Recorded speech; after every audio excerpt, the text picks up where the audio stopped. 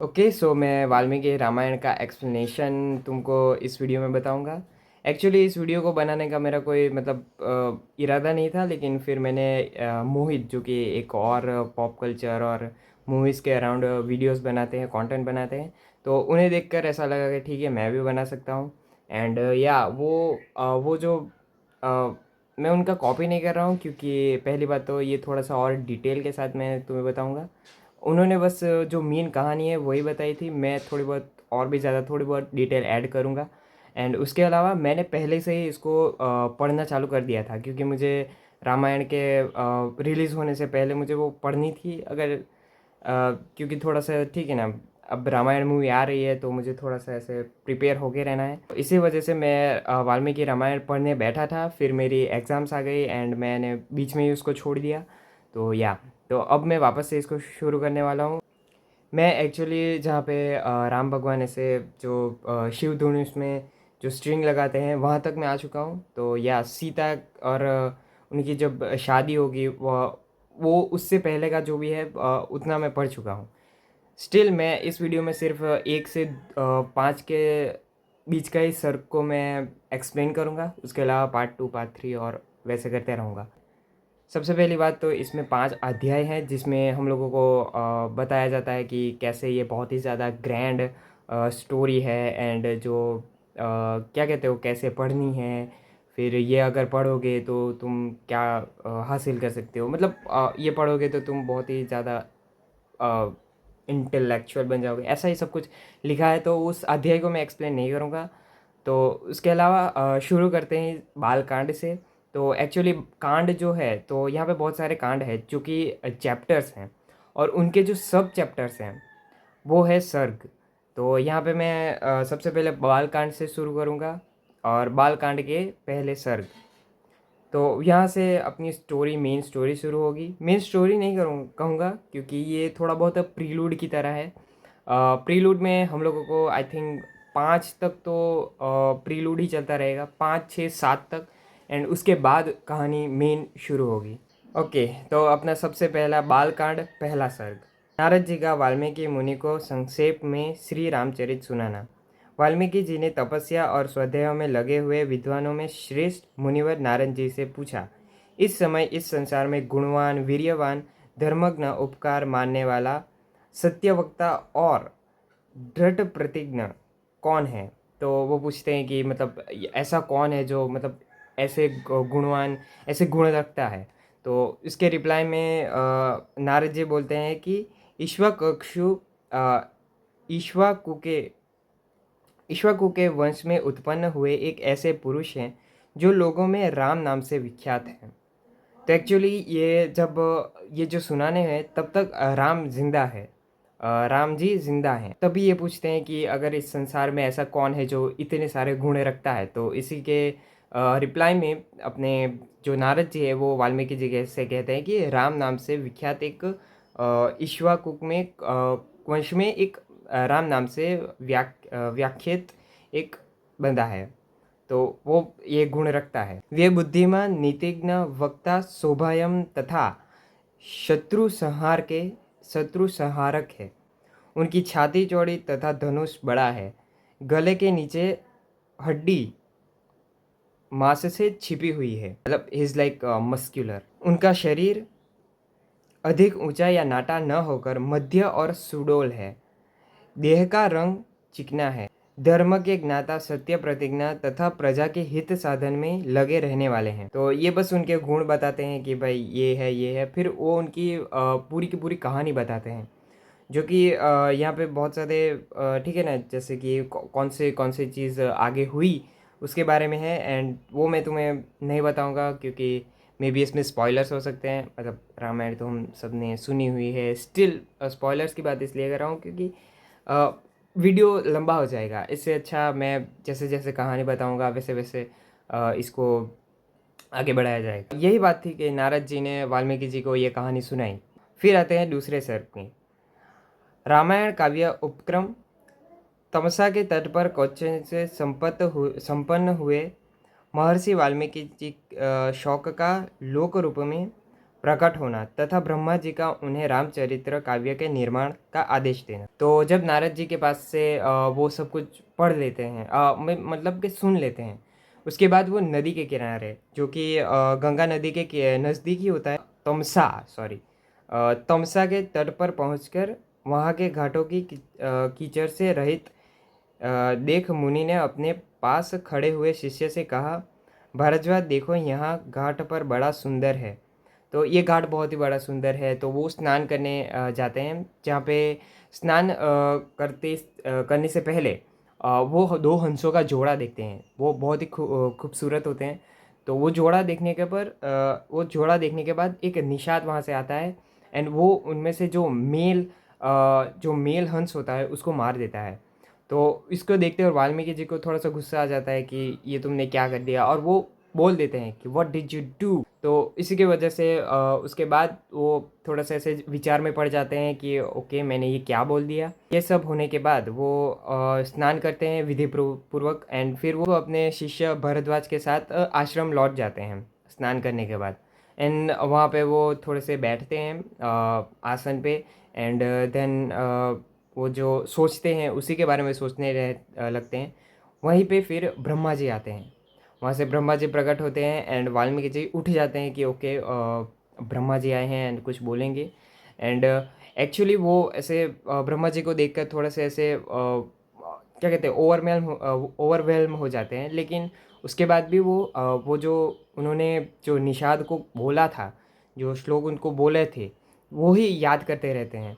तो वो ब्रह्मा जी को समझ में आ जाता है कि ये क्या सोच रहा है। तो उसकी वजह से ब्रह्मा जी हंसने लगते हैं एंड बोलते हैं कि जो तुमने बोला वो ठीक था, सही था, ठीक है, अब भूल जाओ उसे। उसे उतना मन में लेने की ज़रूरत नहीं है। तो उसके बाद वो कहते हैं, ब्रह्मा जी वाल्मीकि जी से कहते हैं कि जैसे नारद जी ने तुम्हें एज इट इज़ जैसा तुम्हें बताया था रामायण के बारे में, वैसा एज इट इज़ तुम लिखो रामायण को। एंड इसमें मैंने एक और चीज़ हाईलाइट करके रखी है, जब तक तुम्हारी बनाई हुई श्री राम कथा लोकों में प्रचार रहेगा, तब तक तुम इच्छा अनुसार ऊपर नीचे तथा मेरे लोकों में निवास करोगे। इसका मतलब ये है कि जब तक लोग रामायण पढ़ते रहेंगे, जो वाल्मीकि रामायण जो है वो पढ़ते रहेंगे, तब तक वाल्मीकि जी पाताल में भी जा सकते हैं, पृथ्वी पर भी रह सकते हैं, और वो स्वर्ग में भी जा सकते हैं। तो इट्स लाइक डैम। ऐसा कहकर भगवान जी ब्रह्मा जी वहीं अध्यात्म हो गए, मतलब वहाँ से चले गए। महर्षि वाल्मीकि जी मन में यह विचार हुआ कि मैं ऐसे ही श्लोकों में संपूर्ण रामायण काव्य की रचना करूँगा। तो एक्चुअली ये जो रामायण वाल्मीकि जी रामायण है वो पूरे के पूरे श्लोकों में लिखी हुई है। तो वाल्मीकि जी सोचते हैं कि मैं लिखूँगा, लेकिन काव्य के स्वरूप में लिखूँगा, मतलब कि श्लोक के स्वरूप में लिखूँगा।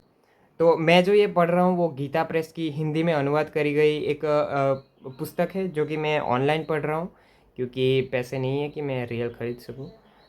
खैर, तो यही मैं अनुवाद वाली पढ़ रहा हूँ। तो ओके, तो आते हैं तीसरे सर्ग पे। वाल्मीकि सुनिवत द्वारा राम काव्य में निबंध विषयों के संक्षेप में उल्लेख। तो यहाँ पे उन्होंने क्या क्या लिखा एंड क्या क्या लिखा वो लिखा गया है दूसरे सर्ग में। बट देखो, मैं बाकी सारी चीज़ें नहीं बताऊंगा, मेन मेन चीज़ें ही दिखाऊंगा। तो महात्मा नारद जी ने पहले जैसा वर्णन किया था उसी प्रकार से जैसे नारद जी ने बताया था एज इट इज़ वो लिखते गए। तो इट्स लाइक डैम कि भाई, मैं तो भाई अपनी स्क्रिप्ट जब लिखने बैठता हूँ तब ठीक है, एक लाइन के बाद तो मैं दूसरी लाइन कहाँ आती है वो भी भूल जाता हूँ। तो ये तो भाई पूरा का पूरा उन्होंने मतलब याद करके, भाई वहाँ उस ज़माने के लोग भाई। श्री राम के जन्म, उनके महान पराक्रम, उनकी सर्वानुकूलता, लोकप्रियता, क्षमा, सौम्य भाव तथा सत्यशीलता इस महाकाव्य में महर्षि ने वर्णन किया है। विश्वामित्र जी के साथ श्री राम लक्ष्मण के जाने पर जो उनका द्वारा नाना प्रकार की विचित्र लीलाएं तथा अद्भुत बातें घटित हुई। श्री राम द्वारा मिथिला में धनुष तोड़ जाने तथा वही वह यहाँ तक मैं आया हूँ कि मिथिला में जाने के बाद वो स्ट्रिंग ऐसे ऊपर करते हैं। तो मैं बस यहाँ तक ही सुनाऊँगा, क्योंकि पूरा का पूरा एक पैराग्राफ है जहाँ पे तुम ओके तुम्हें दिख रहा होगा, पूरा का पूरा ये पैराग्राफ है जहाँ पे तुम पूरा का पूरा कहानी उन्होंने क्या क्या लीनियर स्टोरी टेलिंग के साथ जो उन्होंने लिखा है वो आगे बताया जाता है, जो कि मैं तुम्हें नहीं बताऊंगा क्योंकि वीडियो लंबा हो जाएगा। एंड उन्होंने वही बताया कि आगे क्या क्या होगा, वो थोड़ा से क्या कहते हो, झलकी, थोड़ा ट्रेलर बेलर, ठीक है। उसके बाद आता है चौथा सर्ग। महर्षि वाल्मीकि का 24,000 श्लोकों में युक्त रामायण काव्य का निर्माण करके उसे लव कुश को पढ़ाना। एक बार क्या होता है कि वाल्मीकि जी से जो लव कुश है वो पूछने लगते हैं कि हमें रामायण काव्य का पाठ कराओ। तो वो पूरा का पूरा पाठ करवाते हैं। एंड लव कुश जो राज्य में जो बड़े बड़े जो इवेंट्स होते हैं वहाँ पे वो काव्य का वो करते थे, अभिनय बोलूँगा, बट वो गान करते थे, पाठ करते थे। एंड वो इतना अच्छा लोगों को लगता था कि लोग उनको भेंट दे के जाते थे। इसमें तो एक्चुअली स्पेसिफिकली के लिखा है कि किसने क्या क्या दिया, तो इट्स लाइक सो, बट मैं सब कुछ नहीं बताऊंगा। बट या इतना मान लो कि जितना वो लोग जो गाते थे उनसे प्रसन्न होके वो उनको भेंट दे के जाते थे। कान का कड़ा हो गया या फिर सोने चांदी आदि जो पहरवेश होता है एंड ऑल दैट, वो सारी चीज़ें वो देखे जाते थे। लास्ट में तो ये भी लिखा है कि जब वो गान करते थे तो तब लव कुश के साथ राम भी वहाँ पे बैठे थे। एंड राम जी जो हैं वो उनसे वो जो पढ़ते थे उनमें तल्लीन हो जाते हैं। ऐसे ही चौथा सर्ग ख़त्म हो जाता है। अब आता है पांचवा सर्ग, जहाँ पे अपनी मेन कहानी कंस्ट्रक्ट होना चालू होगी। तो या अब तक के जितने भी 4 सर्ग थे वो उतने इम्पोर्टेंट थे नहीं, उतने इम्पोर्टेंट नहीं कहूँगा, इम्पोर्टेंट तो थे, बट वो ना मेन कहानी से बहुत ज़्यादा वो नहीं थे। वो बस प्रीलूड की तरह थे कि कैसे वाल्मीकि जी ने नारद से ये कहानी की क्या कहते हो, कहानी सुनी। उसके बाद ब्रह्मा जी का उन्हें कहना कि तुम्हें राम चरित लिखना है, सॉरी राम कथा लिखनी है। और तीसरा सर्ग है वो बताता है कि उन्होंने क्या क्या लिखा, एज इट इज़ लिखा, क्या लिखा। चौथे सर्ग में हम लोगों को लव कुश के बारे में पता चला कि वाल्मीकि जी ने उनको पढ़ाया एंड फिर वो बड़े बड़े इवेंट्स में वो उनका पाठ करने लगे एंड गान करने लगे, जिसकी वजह से लोग उनको भेंट दे जाते थे। तो यहाँ पे है राजा दशरथ द्वारा सुरक्षित अयोध्यापुरी का वर्णन। तो यहाँ पे जितनी भी अयोध्या में क्या क्या चीज़ें थी, कैसी थी, तो उसके बारे में वर्णन किया गया है। तो लेट्स जस्ट सिंक इन, क्योंकि इस बार यहाँ से थोड़ा सा मेन चैप्टर चालू होगा, यहाँ से तुम्हें ध्यान देने की ज़रूरत है। ओके। प्रजापति मनुष्य से लेकर महाप्रति राजा सगर, जिसके फूलों में उत्पन्न हुए इन इक्ष्वाकुवंश कुल महात्मा राजाओं की फूल परम में रामायण नाम से प्रसिद्ध इस महान ऐतिहासिक काव्य की अवतरणा हुई। तो अब आते हैं अयोध्या की जो क्या थे वो। कौशल नाम से प्रसिद्ध एक बहुत बड़ा जनपद था। जनपद मीन्स एक टेरिटरी हो गई या फिर एक क्या कहते हो, किंगडम, व्हाट आई सर्च।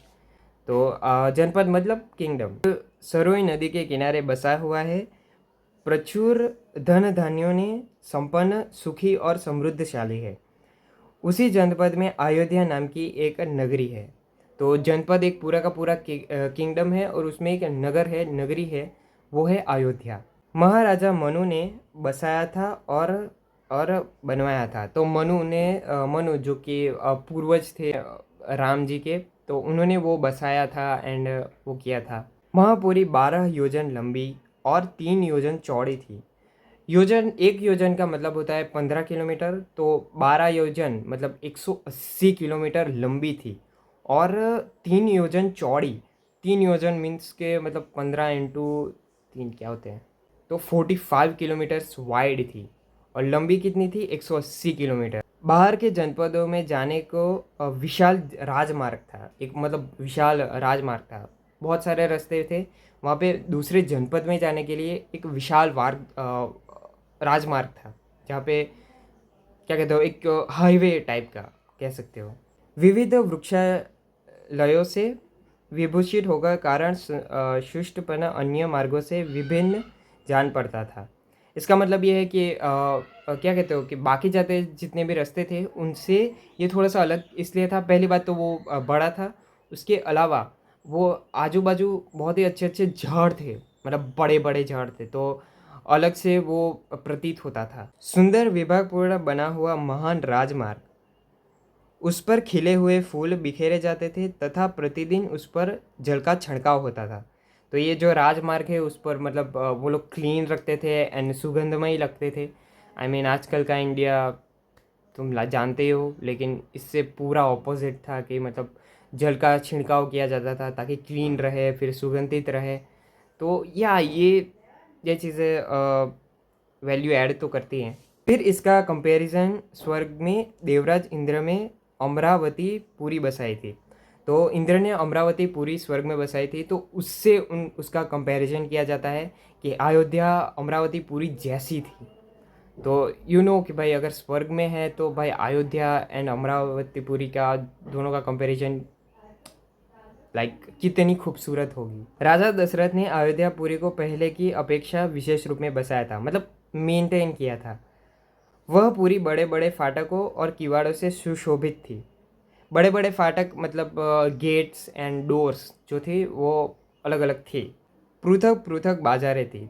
पृथक का मतलब होता है कि आइसोलेटेड, तो मतलब बहुत ही नज़दीक नज़दीक उनकी जो शॉप्स थी वो बहुत ज़्यादा नज़दीक थी। यज्ञ और अस्त्र शस्त्र संचित थे, मतलब वहाँ पे वो अस्त्र शस्त्र भी मतलब बेचे जाते थे। कलाओं की शिल्प निवास करते थे। स्तुति पाठ करने वाले सूत और वंशाली का बखान करने वाले मगध वहाँ भरे हुए थे। वहाँ ऊंची ऊंची अटकलियाँ थी जिनके ऊपर ध्वज फहराते थे। सैकड़ों शतगृहों से वह पूरी व्याप्त थी। तो क्षतिगृह मतलब तोपे जो होती है ना, तोप जो होती है ना वो सैकड़ों तोपे थी। नाटक मंडलियाँ थी जिनमें केवल स्त्रियाँ ही नृत्य एवं अभिनय करती थी। नगरी में चारों ओर उद्यान तथा आमे आमों के बगीचे थे। आमों के बगीचे थे। उसके चारों ओर गहरी खाई खुदी थी। उसके चारों ओर एक गहरी खाड़ी थी, मतलब तुम समझ सकते हो कि अयोध्या थी और अयोध्या के चारों ओर एक खाई थी जिसमें जिसमें अगर तुम गिर जाओगे तो भाई तुम्हें पता ही है। तो इसकी वजह से लोग मतलब हमला करना आसान नहीं था अयोध्या में। इसे लांघना अत्यंत कठिन था, जैसा कि मैंने कहा। घोड़े, हाथी, गाय, बैल, ऊंट तथा गधे के आदि उपयोग पशुओं वहाँ भरी पूरी थी। कर देने वाले समाप्त नरेशों की समुदाय उसे सदा घेरे रहते थे। विभिन्न देशों के निवासी वैश्य उस पुरी का शोभा बढ़ाते थे। महलों के निर्माण नाना प्रकार के रत्नों से हुआ था। वे गगनचुम्बी प्रासाद पर्वतों के समान जान पड़ते थे। बहुसंख्यक कुटागरों, गुप्त गृहों अथवा स्त्रियों के क्रीड़ा भवनों। तो ओके, तो सबसे पहले बात तो बाहर के लोग जो बाहर के देशों के लोग थे वो भी यहाँ पे आते थे। एंड उसके बाद जो महल होते थे वो मतलब वहाँ पे नाना प्रकार के मतलब छोटे छोटे रत्न से बनाए गए थे। एंड उसके बाद ये कहा जाता है कि बहुसंख्यक कुटागरों, गृह गुप्तरोह अथवा स्त्रियों के क्रीड़ा भवन थे। तो जो घर थे उसमें क्या थे कि गुप्त ग्रह थे, मतलब जो ठीक है गुप्त रूम्स थे। उसके अलावा स्त्रियों के क्रीड़ागृह। अब क्रीड़ागृह अगर मैंने सर्च किया तो उसमें बता रहे हैं कि women's sport room, sport hall. But वो कितना सही है वो तुम मुझे बताना कमेंट्स में, क्योंकि मुझे यही मिला तो यही बताया। उसके महलों पर सोने का पानी चढ़ाया गया था। सुंदरी नागरियों सुंदरी नागरियों के समूह उस पुरी का शोभा बढ़ाते थे। सब प्रकार के रत्नों से भरी पूरी तथा सतमहल प्रसादों से सुशोभित थी। मतलब वो अमीर थी एंड ऑल दैट, ठीक है ना, कि मतलब अमीर तो थी ही, मतलब डैम अगर महलों पे रत्न लगे हुए हैं तो अमीर थी। एंड वहाँ पे पूरी वासियों के दरों से उसकी आबादी इतनी घनी हो गई थी कि कहीं थोड़ा सा भी अवकाश नहीं दिखाई देता। समतल भूमि पर बसाई गया था। तो वहाँ पे लोग इतने ज़्यादा थे कि मतलब वहाँ पे जो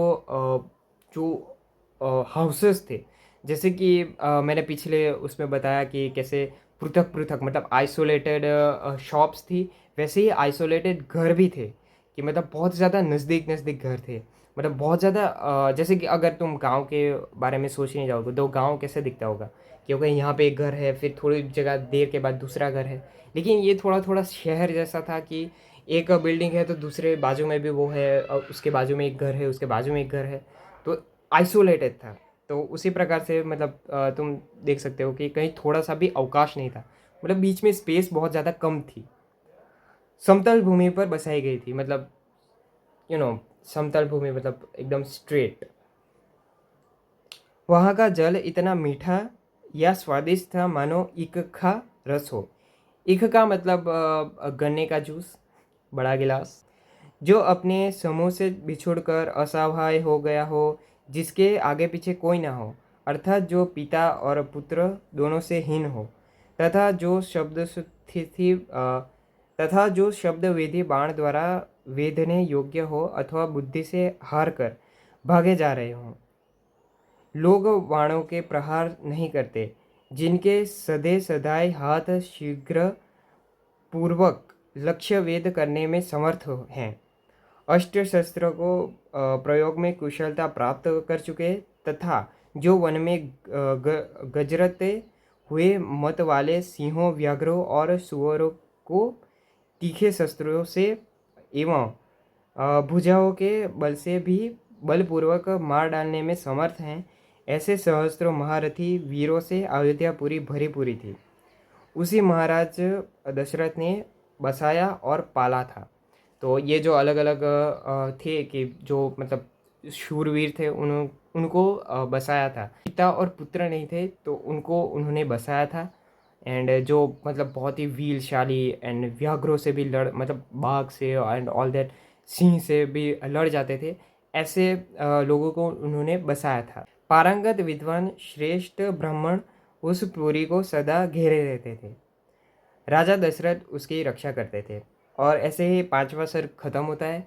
एंड या इसमें बाकी जो चार सर्ग है वो प्रीलूड की तरह है। एंड जो मेन कहानी शुरू होती है वो 5 से शुरू होती है, जहाँ पे उन्होंने अयोध्यापुरी का वर्णन किया, जैसे कि कैसे बड़े बड़े मार्ग थे, गेट्स थे बड़े बड़े और डोर थे, एंड जो घर थे वो बहुत ही ज़्यादा नज़दीक थे। और उसके बाद भी जो अस्त्र शस्त्र भी वहाँ पे बेचे जाते थे। उसके अलावा भी जो क्या कहते हो कि जो दुकानें भी थी वो भी बहुत ज़्यादा आइसोलेटेड थी। एंड उसके बाद वहाँ पे बहुत अलग अलग प्रकार के जानवर थे, हाथी, घोड़े, और वहाँ पे तोपें थी बहुत ज़्यादा, और आजू बाजू गहरी खाई थी ताकि उसको कोई लांग ना सके। एंड उसके बाद भी भाई लोग बहुत ही ज़्यादा विद्वान लोग वहाँ पे रहते थे। एंड ये अभी राजा दशरथ उसकी क्या कहते हो मेंटेनेंस रखते थे, मतलब वो राजा थे तो वही करते थे। तो या ये थी अब तक के 5 सर्ग। आगे के जितने भी सर्ग आएंगे उसके लिए स्टे ट्यून्ड। पर तुम लोगों ने मोहित के वीडियोस नहीं देखे तो अच्छी बात है, मेरे वीडियोस देख लो। एंड अगर तुमने मोहित के वीडियोस देखे हैं तो फिर भी देख सकते हो, क्योंकि मैंने जो मेन जो चीज़ें हैं उसी पर बात की, मैं थोड़ा डिटेल के साथ जा रहा हूँ। तो या अगर तुम देखना चाहते हो तो लाइक शेयर सब्सक्राइब, एंड अगले सर्ग में जल्दी मिलते हैं।